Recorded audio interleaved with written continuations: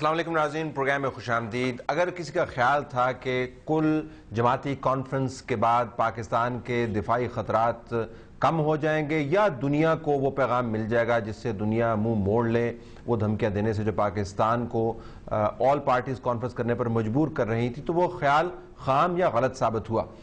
پچھلے 12 گھنٹے کے اندر 3 اہم ڈیولپمنٹس ہیں، اس کے علاوہ بھی بہت سی ہیں لیکن 3 جو ہیں وہ سٹینڈ آؤٹ کرتی ہیں۔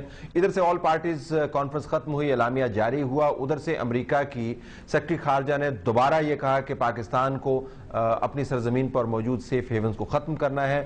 نیٹو کے چیف نے ایگزیکٹلی وہی بات دہرائی جو امریکہ کر رہا ہے، اور نیٹو کا چیف اگرچہ امریکہ کی پالیسی کے تابع نہیں ہے لیکن ان کے ساتھ لیاز بڑے کلوزلی کرتا ہے، تو نیٹو کی چیف کی طرف سے وہی بیان آیا، سیف ہیونز کا ذکر ہوا۔ اور پھر وزیرستان کے اندر ایک اور ڈرون حملہ ہو گیا، یعنی اگر ڈرون حملوں کو پاکستان کی سوورینٹی کی وائلیشن تصور کیا جانا چاہیے تو اے پی سی کے اعلامیے نے کچھ زیادہ کام نہیں کیا۔ ڈرون حملے بھی جاری ہیں، دھمکیاں بھی جاری ہیں، ڈیمانڈز بھی جاری ہیں۔ پاکستان میں 2 پرسپیکٹیو ڈیولپ ہو گئے ہیں۔ ایک پرسپیکٹیو کا اظہار آپ نے کل سے لے کے اب تک پریس کانفرنس کے اندر سنا ہوگا، جس کے اندر عمران خان صاحب نے پریس کانفرنس کی، منور حسن صاحب نے پریس کانفرنس کی، اس کے علاوہ غفور حیدری صاحب نے پریس کانفرنس کی، اور مولانا فضل الرحمان نے انہی کی پارٹی کے نمائندے کے ہیڈ کی حیثیت سے پریس کانفرنس کی، جس میں انہوں نے کہا کہ پاکستان کے اندر اب خارجہ پالیسی ہمیں تبدیل کرنی ہے، امریکہ سے جان چھڑوانی ہے، اور پاکستان پر اگر حملہ ہوا تو پاکستان کا ہم نے دفاع کرنا ہے۔ اور سب سے اہم بات کہ غیر ملکی قوتیں پاکستان کو عدم استحکام کا شکار کر رہی ہیں۔ ایک اور پرسپیکٹیو بھی آپ کے سامنے ہے، نواز شریف صاحب نے آج پریس کانفرنس کی اور کہا کہ اگر ہم سے غلطیاں ہوئی ہیں تو ہمیں مان لینی چاہیے۔ یہ دوسرا پرسپیکٹیو جو ہے، اس کی سب سے اچھی آرٹیکولیشن یا اس کی سب سے اچھی بات چیت جو ہے وہ محمود خان اچکزئی صاحب نے کی، جو چیئرمین ہے پختونخوا ملی عوامی پارٹی کے، ہمارے ساتھ اسٹوڈیو میں موجود ہیں۔ بہت شکریہ محمود صاحب، آپ نے ہمیں جوائن کیا۔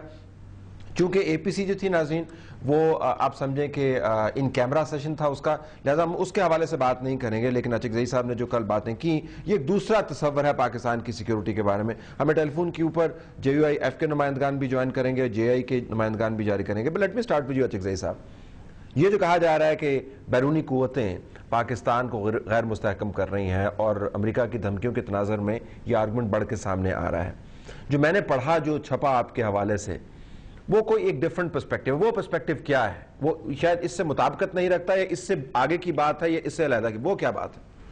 طلعت بھائی، میں مشکور ہوں آپ کا، کافی دنوں سے میں میڈیا پہ نہیں آیا، لوگ مختلف قسم کی باتیں کرتے رہے، کیونکہ جب ایسے حالات ہوں کہ ملک کو بھی خطرہ ہو، اس کی سالمیت کو بھی خطرہ ہو، حق کو اور نہ حق گڈ مڈ ہوں، خاموش رہنا میں تقریباً اسے گناہ تو کیا گناہ کبیرہ سمجھتا ہوں۔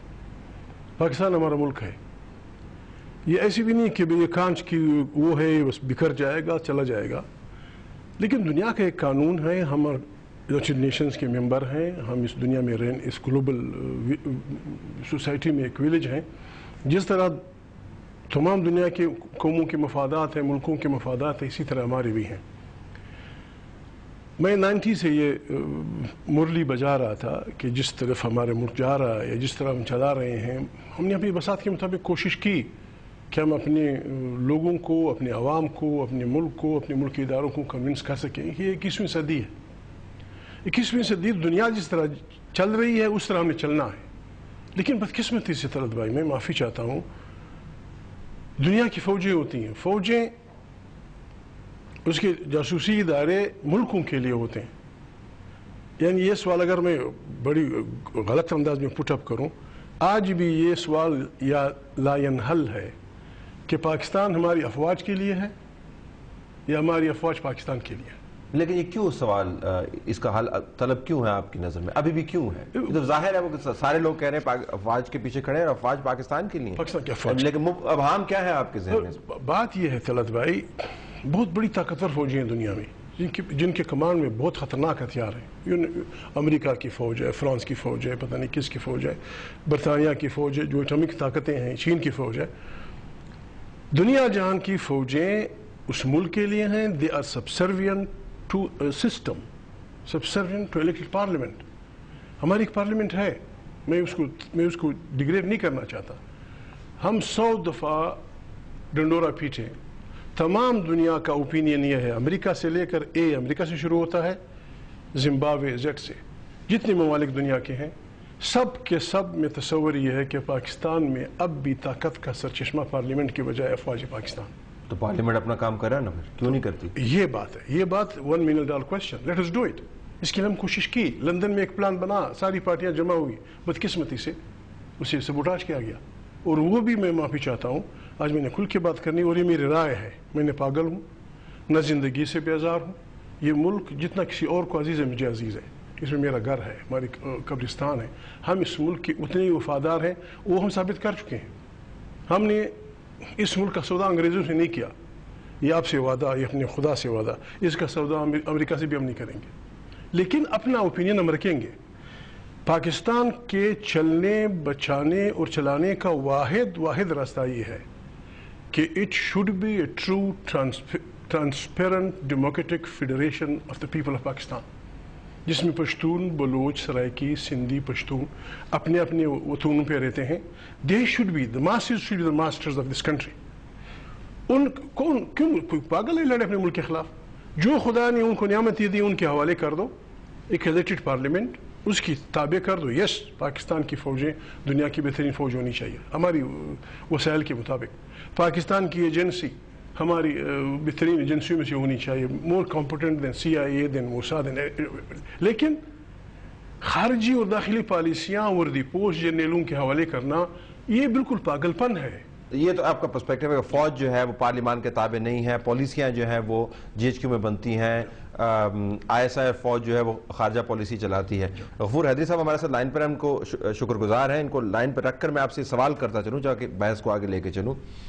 تو اب یہ جو بات ہو رہی ہے کہ ہم نے غیر مستحکم ہمیں کیا جا رہا ہے باہر سے، تو اس میں بھی کتنی سچائی ہے آپ کی نظر میں کہ باہر کی طرف سے غیر مستحکم تو کیا جا رہا ہے، سازش تو ہو رہی؟ سچائی کے لیے جو دلیل ہم دیتے ہیں وہ ویگ ہے، وہ غلط ہے. ہم یہ کہتے ہیں کہ حقانی بلو آئٹ شیپ تھا امریکہ کا. ہم یہ کہتے ہیں کہ ربانی صاحب، مجددی صاحب اور ربانی صاحب اور فلانا گلبدین حکمتیار یہ امریکیوں کے بلو آئٹ شیپ تھے. ابھی ہمارے ہاں بدنام کیا جا رہا ہے کہ ہم ان کو پالتے ہیں. بابا وہ وقت جب آپ ان کو ہم پال رہے تھے یا وہ آئے تھے، وہ امریکہ نے بڑی استادی سے، بڑی علم سے، بڑی استادی سے ہم سب کو اکٹھا کیا اپنے کنٹینڈر سوویت یونین کے خلاف. سوویت یونین افغانستان میں تھا، اس کی ٹانگیں توڑنے کے لیے، اس کو برباد کرنے کے لیے ہم سب کو جمع کیا. تمام دنیا ہماری سپورٹڈ تھی. آج جب ان کو لاتے ہیں تو ہم دنیا میں اکیلے ہیں. ہم لاتے ہیں ان کو، ہمارے پاس سارے ہمارے پاس ہیں. یعنی میں معافی چاہتا ہوں طلعت بھائی، ہمارے ساتھ ایجنسیاں جو بغیر اس کے آپ کا بازوئے شمشیرزن تھیں، کشمیر میں وہ تیار ہو جاتی تھی. کہیں بھی لاکھوں کا لشکر قبائل تیار ہے، پاکستان کو خود خطرہ ہو ہم لڑیں گے. آپ نے اس علاقے میں کون لایا؟ طلعت بھائی، میاں محمد نواز شریف وہاں نہیں جا سکتا، قاضی حسین احمد نہیں جا سکتا، میاں منور حسن صاحب جماعت اسلامی کے نہیں جا سکتے، ولی خان کا لڑکا اسفندیار نہیں جا سکتا. کوئی بھی سیاسی آدمی یو کانٹ انٹر دیر، آپ نہیں جا سکتے ایک اینکر کی حیثیت سے. آج بھی ان 7 ایجنسیوں کے لوگوں کی زندگی کی ضروریات، آٹا، مٹی کا تیل، فلانا پرمٹ کے ذریعے جاتا ہے. اور پرمٹ کون دیتا ہے؟ پرمٹ پولیٹیکل ایجنٹ دیتا. پولیٹیکل ایجنٹ کا پرمٹ نہ ہو یو کانٹ انٹر دیر. ایک چین، دوسری چین، تیسری چین. لیکن ہم جا نہیں سکتے کیونکہ وہاں پر قبضہ کسی اور کا ہے. نہیں، اس لیے کہ ان کا سسٹم یہ ہے، you can't enter there. Political agent. اچھا، آپ یہ کہہ رہے ہیں کہ ٹھیک ہے، یو کانٹ انٹر دیر. صحیح ہے. آپ اگر جائیں 2 دن آپ چھپ سکتے ہیں، تیسرے دن پکڑے جائیں. پولیٹیکل آدمی کہے گا کہ کیمرہ نہیں نکال سکتے وہاں پہ، بات چیت نہیں کر سکتے. اب سوال یہ ہے کہ یہ ہزاروں ازبیک، تاجک، چچن، بلا بتر یہ کیسے وہاں پہنچے؟ حالت اب یہ ہے، آپ نے وہاں غلط لوگوں کو جو بھی لایا، اگر آپ نہیں لائے ڈکلیئر کہ ہم نہیں لائے، اپنے عوام سے کہیں یہ خارجی لوگ خود آئیں، ان کو نکالو.